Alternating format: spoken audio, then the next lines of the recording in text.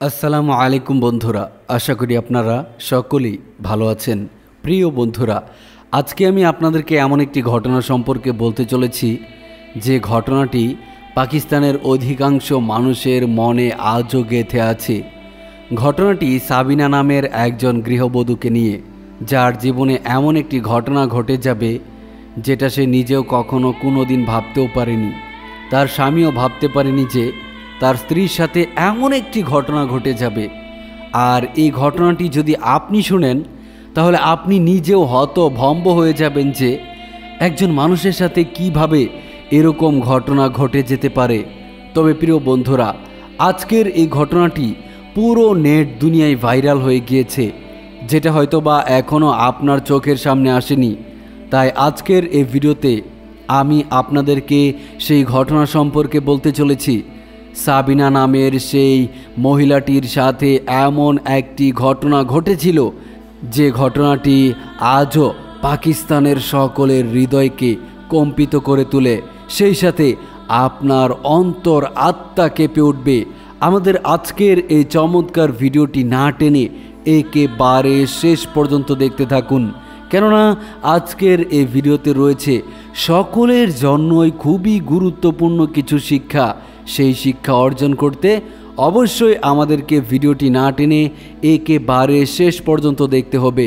আর হ্যাঁ, যদি আপনি আমাদের চ্যানেলে আজই প্রথম এসে থাকেন তবে মেহেরবানি করে চ্যানেলটিকে সাবস্ক্রাইব করে রাখবেন আর এই ভিডিওটিতে একটি লাইক দিয়ে দিবেন। তো চলুন প্রিয় বন্ধুরা, আপনাদের সময় নষ্ট না করে চলুন ঘটনাটি শুনে আসি। পাকিস্তানের পাঞ্জাব শহরে একটি পরিবার ছিল, যে পরিবারের একমাত্র অভিভাবক ছিল একজন ছেলে। তার নাম ছিল আহমেদ। আহমেদ তার বাবা মার তৃতীয় সন্তান। বড় দুই সন্তান বিদেশে চলে গিয়েছে অনেক আগেই। তারা কানাডাতে থাকত। তাদের টাকা পয়সা অনেক কিছু হয়ে গিয়েছিল। তারা তাদের টাকা পয়সা নিয়ে সেখানে বিলাসবহুল জীবনযাপন করত। যদিও তারা গ্রামেই বিয়ে করেছিল, কিন্তু এক পর্যায়ে টাকা পয়সার যখন ভালো ব্যবস্থা হয়ে যায় এবং তারা যখন ভালো পজিশনে চলে যায়, তখন তারা দুই ভাই মিলে তাদের দুই ভাইয়ের বউকেও সাথে করে নিয়ে যায় এবং সেখানে দুই ভাইয়েরই এখন সন্তানাদি আছে। তাই তারা দুই ভাই সেখানে সেপারেট হয়ে গিয়েছে এবং এখন আর তারা দেশের বাড়িতে আসে না। যাই হোক প্রিয় বন্ধুরা, এদিকে বাড়িতে একাকী রয়ে গেল আহমেদ। আহমেদ জীবনে অনেক কষ্ট করেছে, সবার ছোট ছেলে সে। তার কথা, তার ভবিষ্যতের কথা চিন্তা না করেই তার বড় ভাই দুইজন বিদেশে পাড়ি জমিয়েছিল। তারা চাইলেই তার ছোট ভাইকে প্রতিষ্ঠিত করে দিতে পারত, কিন্তু তারা তাদের ছোট ভাইকে তাদের কাছে নেয়নি। এর কারণ কি জানেন? কারণটা হলো, বৃদ্ধ মা বাবাকে কে দেখবে? বৃদ্ধ মা বাবার পাশে তো একজন ছেলের দরকার, যেহেতু তারা আর এই দেশে ফিরবে না। তাই আহমেদকে তারা কোনো প্রকার সাহায্য করেনি এবং তাদের কাছেও নিয়ে যায়নি। তারা চেয়েছিল আহমেদ বাবা মার সেবা করুক, আর বাবার যে চাষাবাদের জমি আছে সেই জমি চাষ করে সে জীবনযাপন করুক। একদিকে তারা লাক্সারিয়াস জীবনযাপন করছে, আর অন্যদিকে তাদেরই এক ছোট ভাই যাকে তারা চাষা বানিয়ে রাখছে।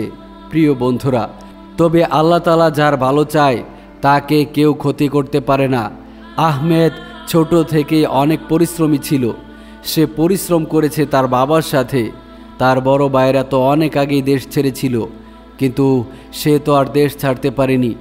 বাবাকে সব ব্যাপারে সে সাহায্য করত, বাবার কাজকর্মে সাহায্য করত। বাবা যখন মাঠে ফসল ফলাতে যেত সেখানেও আহমেদ সব সময় উপস্থিত থাকত। পাড়ার ছেলেরা খেলাধুলায় অনেক সময় মত্ত থাকত, আহমেদকে ডাকত, কিন্তু আহমেদ একবারের জন্য তাদের খেলার ডাকে সাড়া দিয়ে খেলতে যায়নি। তার সারাটি জীবন কেটেছে বাবা মার হুকুম পালন করে। মায়ের কথা শুনে মায়ের রান্নাবান্নার কাজে পর্যন্ত আহমেদ অনেক সাহায্য করত। এক কথায় আহমেদের পুরো পৃথিবীটাই ছিল তার মা আর বাবা। তার কত টাকা আছে, সে কি করে খাবে, তার ভবিষ্যৎ কি, সে কোথায় বিয়ে করবে, এইটার কোনো চিন্তা ভাবনা আহমেদের মনে ছিল না। আহমেদের মন এবং অন্তর জুড়ে শুধু একটা কথাই ছিল, আমার বড় দুই ভাই আমার বাবা মাকে ফেলে রেখে চলে গিয়েছে। তারা হয়তো আমাকে কিছু দিবে না, কিন্তু আমার মা বাবার জন্য তো কিছু টাকা করি তারা দিতে পারতো। তাদেরকে ঔষধপাতি কেনার টাকাটা পর্যন্ত তো তারা দিতে পারতো, কিন্তু না, তারা তাদের বউ বাচ্চা নিয়ে সেখানে খুব সুখে এবং আনন্দে জীবনযাপন করছে। কিন্তু আমি তো সেই ছেলে নই যে আমার মা বাবাকে ফেলে রেখে দূরে কোথাও চলে যাব। আমি আমার জীবন দিয়ে দিব, তবুও আমি আমার মা বাবার সেবা করে যাব এবং শেষ পর্যন্ত তাই করব। প্রিয় বন্ধুরা, আহমেদের বাবার বয়স হয়ে গিয়েছিল। আহমেদ তার বাবাকে নিয়ে মাঝে মধ্যেই ধরে ধরে মসজিদে নিয়ে যেত, কিন্তু একটা সময় আহমেদের বাবা বলল, বাবা, আমাকে আর মসজিদে তুমি এভাবে নিয়ে যেও না, কেননা আমার প্রস্রাব পায়খানা ঠিক রাখতে পারি না। তার চেয়ে বরং আমাকে ধরে এখানেই নামাজে দাঁড় করিয়ে দিও, আমি এখানেই নামাজ পড়ব।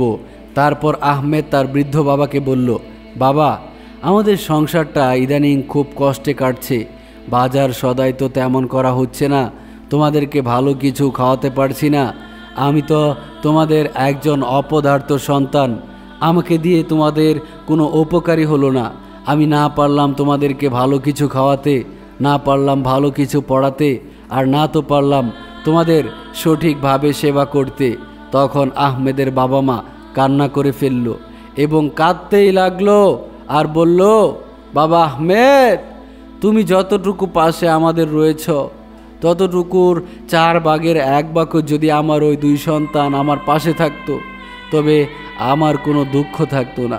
কিন্তু আহমেদ, তোমাকে আমরা দোয়া করে যাচ্ছি, তুমি অনেক সুখী হবে এবং তোমার জীবনই খুব ভালো কাটবে।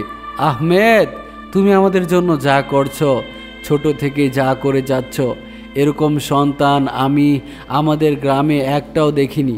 আমি গর্বিত তোমার মতো একজন সন্তান পেয়েছি, আর তুমি বলছ যে তুমি আমাদের জন্য কিচ্ছু করতে পারোনি। বাবা আহমেদ, যেহেতু তুমি একটা কথা বলেই ফেলেছ, তাই তোমার জন্য একটা প্রস্তাব আমি রাখছি। দয়া করে তুমি আমার এই প্রস্তাবটি প্রত্যাখ্যান করবে না। তখন আহমেদ বলল, কি প্রস্তাব বাবা, তুমি আমাকে বলো। তখন আহমেদের বাবা বলল, বাবা আহমেদ, আমাদের ওই মাঠের জমিটা আমি তোমাকে দিয়ে দিতে চাই। যেহেতু আমার ওই 2 ছেলে দেশে আর ফিরবে না, তারা সেখানে অনেক টাকা পয়সা বানিয়ে ফেলেছে, তাদের আসার আর সম্ভাবনা নেই। আমার কোনো কন্যা সন্তানও নেই, অতএব যত সম্পত্তি আছে এখন সবই তোমার। যদিও তারা ফিরে আসে, যদি তারা কখনো দাবি করে, তবে তাদেরকে দেওয়ার মতো অংশ আমার এখন অবশিষ্ট আছে। তাই আমি চাই ওই মাঠের জমিটা আমি বিক্রি করে তোমাকে দিতে, আর তুমি এই টাকা দিয়ে বাজারে একটা ব্যবসা চালু করবে। সেই ব্যবসা করে যে টাকা পয়সা আসবে, তোমার উপার্জিত টাকা পয়সা, সেখান থেকে না হয় তুমি আমাদের পেছনে তোমার আত্মার শান্তির জন্য ব্যয় করো। তুমি তো আমাদেরকে সেবা করে তোমার আত্মার শান্তি চাও, তাই তো? তখন আহমেদ বলল, জি বাবা, আমি তোমাদেরকে কোনো কিছু খাওয়াতে পারি না, আমি তোমাদেরকে রেখে কোথাও যেতে পারি না, কোনো উপার্জন করতে পারি না, তাই আমার মনের মধ্যে শান্তি নেই। তখন তার বাবা বলল, তোমার মনের শান্তির ব্যবস্থাই তো আমি করে দিচ্ছি। ওই জমিটা বিক্রির ব্যবস্থা করো এবং বাজারে একটি বিরাট বড় দোকান দেখো, যে জমির টাকা দিয়ে তুমি সেই দোকানটি দিবে। তারপর আহমেদ তার বাবার কথাটি রাখলো এবং 1 সপ্তাহের ভিতরে সেই জমিটা বিক্রি হয়ে গেল। যে টাকা পেল সেটা দিয়ে বাজারের ভেতরে সবচাইতে বড় দোকানটা আহমেদ ভাড়া নিল এবং সেখানে যাবতীয় সমস্ত মালামাল তুলল। মুদির দোকানের যত মাল আছে সব মাল তো তুললই, পাশাপাশি অনেক কসমেটিক্সের পণ্য তুলল। তার দোকানের সৌন্দর্য ছিল অনেক, তাই তার দোকানেই সমস্ত কাস্টমার এসে ভিড় জমাতো এবং সে এক পর্যায়ে এমন হয়ে গেল যে একা দোকান সামলাতে পারতো না।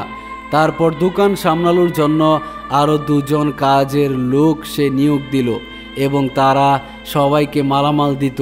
আহমেদ বসে সমস্ত হিসাব নিকাশ এবং টাকা পয়সা রাখত। এভাবে চলতে লাগলো আহমেদের দিন।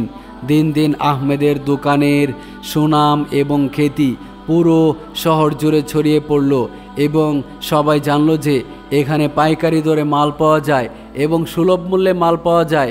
তাই তার দোকানে সমস্ত মানুষ ভিড় করত। মহিলারা, পুরুষরা এবং ছোটরা সবাই তার দোকানের দিকে যেত এবং আহমেদের অমায়িক ব্যবহারের কারণে তার দোকানটা অল্প কিছুদিনের মধ্যেই মানুষের মধ্যে রিচ করলো এবং সবাই এই দোকানের ভক্ত হয়ে গেল। আর এদিকে আহমেদ প্রতিদিন বাসায় ফেরার সময় বাবা মার জন্য ফল ফ্রুট, সেই সাথে আরও ভালো ভালো যে সমস্ত খাবার বাবা মা পছন্দ করেন সেই খাবারগুলো কিনে নিয়ে যান।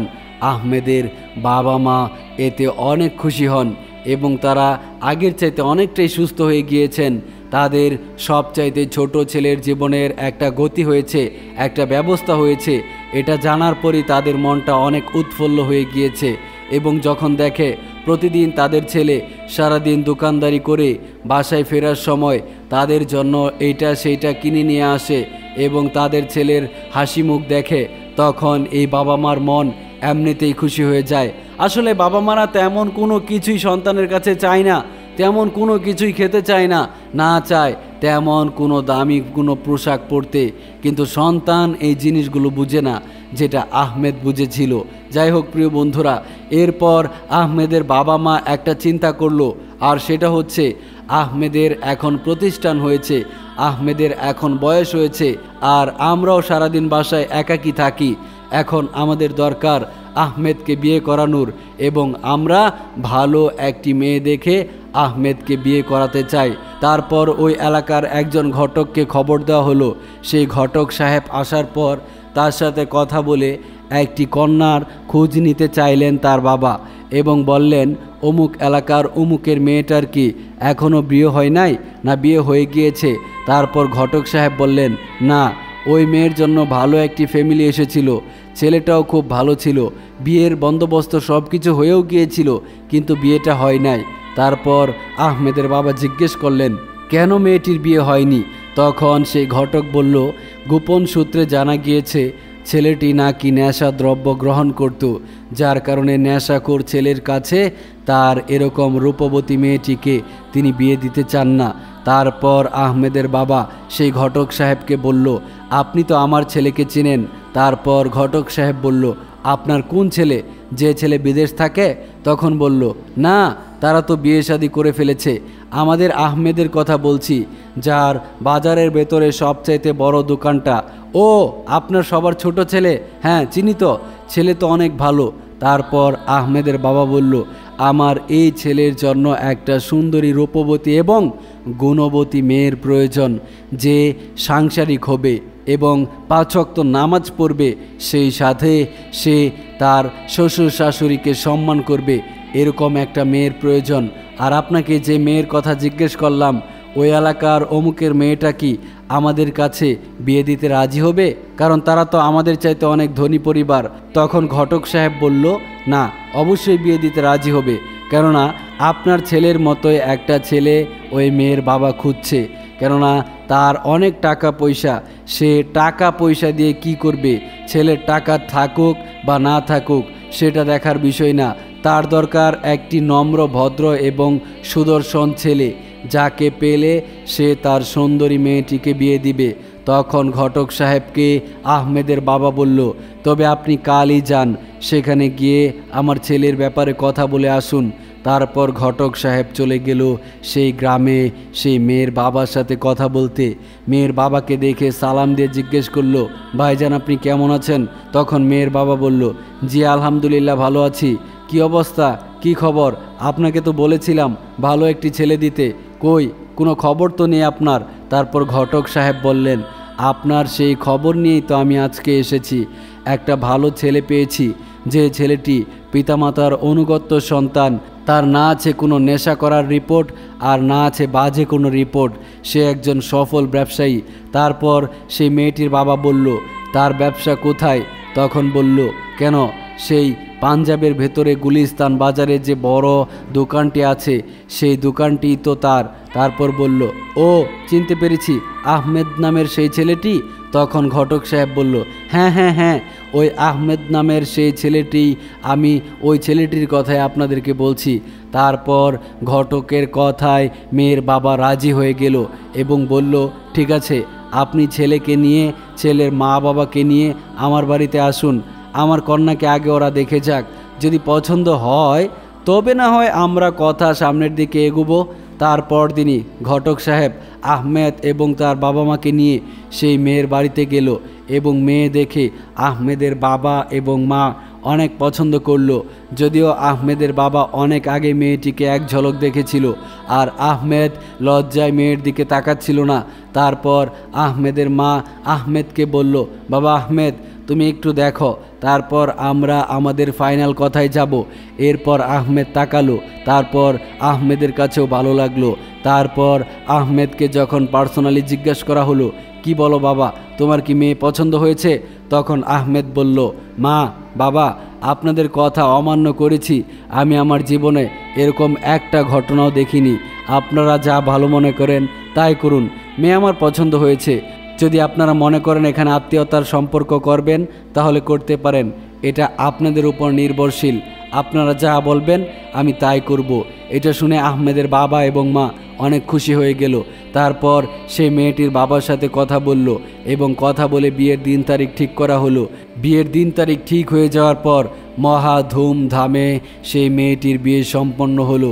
কেননা মেয়েটি ছিল তার বাবা মার একমাত্র রাজকন্যা, যার কারণে বাবা চেয়েছিলেন মেয়ের বিয়েতে অনেক ব্যয়বহুলভাবে আনুষ্ঠানিকভাবে মেয়েকে বিয়ে দিবে, আর সেটাই করা হলো। বিয়ে করে আনার পর আহমেদের স্ত্রী অনেক ভালোভাবে সংসার করতে লাগলো। তার শ্বশুর শাশুড়ির সেবা করত, আহমেদের কথা অনুগত্য করে চলতো। এভাবে তাদের জীবনটা খুব সুন্দরভাবে চলতে লাগলো। দেখতে দেখতে 3-4 বছর পার হয়ে গেল, আর এই 3-4 বছরের মধ্যেই আহমেদের 2জন সন্তানও হয়ে গিয়েছিল। 2জন সন্তানের বাবা হয়ে গিয়েছিল আহমেদ। তার স্ত্রী খুব ভালো একজন মনের মানুষ ছিল এবং তার একজন মেয়ে এবং একজন ছেলে সন্তান হয়ে গিয়েছিল। আহমেদের পরিবারে যেন সুখ আর সুখ, কিন্তু কে জানতো যে এই সুখ একটা সময় শেষ হয়ে যাবে। আহমেদের বাবা মা অনেক আনন্দে দিনগুলো পার করছিল, কিন্তু হঠাৎ করেই তাদের জীবনে কি যে একটা শুরু হয়ে গেল যেটা আর তারা মেনে নিতে পারছিল না। আহমেদের স্ত্রী হঠাৎ করে বাবার বাড়ি চলে গিয়েছিল অনেক দিন থাকার জন্য। আহমেদকে বলেছিল, আমি 1 মাস আমার বাবার বাড়ি থাকতে চাই, আর এই 1 মাস দয়া করে আপনি আমাকে বাবার বাড়ি থেকে আনবেন না, কেননা আমার বাবা অনেকটাই অসুস্থ, তাই আমি 1 মাস আমার বাবার বাড়ি থাকতে চাই। তারপর আহমেদ এবং আহমেদের বাবা মা সেই অনুমতি দিয়ে দিল। এদিকে আহমেদের স্ত্রী চলে গেল বাবার বাড়ি 1 মাস থাকবে বলে, আর সেই সাথে আহমেদ একাকী দোকানদারি করা শুরু করে দিল। আবারও তাদের আগের মতো জীবন হয়ে গেল। আহমেদ সারা দিন দোকানদারি করে, আবার বিকেলবেলা গিয়ে রান্নাবান্না করে মা বাবাকে খাওয়ায়। তবুও তার বউকে সে বিরক্ত করে না, আসার জন্য তাগিদও দেয় না। কিন্তু তার বউ সেখানে গিয়ে আস্তে আস্তে পাল্টাতে লাগলো। তার শাশুড়ি তার বউকে এমন এমন কুপরামর্শ দিতে লাগলো যে পরামর্শ পেয়ে তার বউ পুরো চেঞ্জ হয়ে গেল। 1 মাস পরে ঠিকই সে স্বামীর বাড়ি ফিরে এসেছিল, কিন্তু আগের বৌমা আর এখনকার বৌমা রাত দিন তফাৎ হয়ে গিয়েছে। সে এখন সবার সাথেই খিটখিট আচরণ করে, সবার সাথেই বদ মেজাজি দেখায় এবং সব সময় মেজাজ কেমন জানি হাইপার হয়ে থাকে। শ্বশুর শাশুড়িকে যেরকম আদর এবং সেবা দিত সেই সেবা এখন আর দেয় না, তাদেরকে এখন আর দেখতে পারে না। এদিকে আহমেদের সাথেও খারাপ আচরণ করা শুরু করে দেয় এবং বারবার শুধু একটা কথাই বলে, আমার বাবার কি কম আছে, আমার বাবার কি টাকা কম আছে, আমি কি ফকিন্নি ফ্যামিলির মেয়ে, এরকম নানান ধরনের কথা বলে। বাড়িতে কোনো মেহমান আসলে তাদের সাথেও খারাপ আচরণ করে, আর এটাও বলে কয়দিন পর পরই কেন আপনারা এখানে চলে আসেন, বাড়িটা যদি এতই পছন্দ হয় তাহলে বাড়িতে আপনারা থেকে যান, এত বিরক্ত করতে কেন আপনারা আসেন, আমার বাবার বাড়ির লোকজন কয়দিন আমাদের বাড়িতে এসেছে, এরকম নানান কথা বলে বিভিন্ন আত্মীয় স্বজনদেরকেও অনেক কষ্ট দিয়েছে। এভাবে দেখতে দেখতে হঠাৎ করেই এই অহংকারী নববধূ অসুস্থ হয়ে যায়।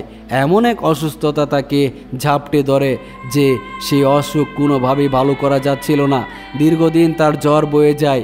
এই জ্বরের জন্য সে অনেক ওষুধ খায়, কিন্তু জ্বর কোনোভাবেই কমে না। বিভিন্ন অ্যান্টিবায়োটিক খাওয়া হয়, কিন্তু না, তার জ্বর কমানো যায় না। এভাবে চলতে চলতে এক সময় এক রাতে অধিক জ্বর ওঠার কারণে সেই মহিলাটি মৃত্যুবরণ করে এবং মৃত্যুর পর তার কবরস্থানে তার লাশকে নিয়ে যাওয়ার পরে দেখা যায় তার কবর থেকে বিশ্রী দুর্গন্ধ বের হচ্ছে। নতুন একটা কবর খোঁড়ার সময় সব কিছুই ঠিক ছিল, কিন্তু যখন তাকে কবরে নামানোর জন্য নিয়ে যাওয়া হলো তখন তার কবর থেকে এমন বিশ্রী গন্ধ বের হচ্ছিল যে সকলের বমি চলে এসেছিল। তারপর তাড়াহুড়ো করে তার কবরটি ঢেকে দেয় এবং তাকে কবরে দাফন করে চলে আসে। এরপর সবাই বলাবলি করছিল মহিলাটি প্রথম দিকে ভালো থাকলেও শেষের দিকে এসে তার শ্বশুর শাশুড়ির সাথে এমন আচরণ করেছে যার কারণে শ্বশুর শাশুড়ি অনেক কষ্ট পেয়েছে। আরেকজন বলল, আরে ভাই, সব ভালো তার যার শেষ ভালো, আর এই মেয়েটির শেষটাই ছিল খারাপ, যার কারণে তার জীবনে যা কিছুই করেছে সব কিছুই শেষ হয়ে গিয়েছে। মেয়েটি নিশ্চয় আযাবের ফেরেশতার কাছে গ্রেফতার হয়েছে, তা না হলে এরকম ঘটনা আমাদের এলাকায় এর আগে কখনোই ঘটেনি। কেন একটি মাটি থেকে, একটি কবর থেকে এরকম বিশ্রী গন্ধ বের হবে? কোনো পশু মরে পচে গলে গেলেও এতটা দুর্গন্ধ বের হয় না, তবে ওই মাটি থেকে কেন এতটা দুর্গন্ধ বের হচ্ছিল? এরকম নানা কথা বলে মানুষজন সেদিন চলে যাচ্ছিল, আর আহমেদ কান্না করতে করতে নিজের বাড়ির দিকে হাঁটতে আরম্ভ করলো। প্রিয় বন্ধুরা, কেমন লাগলো আমাদের আজকের এই ভিডিওটি তা অবশ্যই কমেন্ট করে জানাবেন। ভিডিওটি ভালো লাগলে অবশ্যই ভিডিওতে একটি লাইক দিয়ে দিবেন এবং নিয়মিত আরও ইসলামিক ভিডিও পেতে আমাদের এই চ্যানেলটি সাবস্ক্রাইব করে পাশে থাকা বেল আইকনটি প্রেস করে দিন। ভালো থাকবেন। আসসালামু আলাইকুম ওয়া রাহমাতুল্লাহি ওয়া বারাকাতুহু।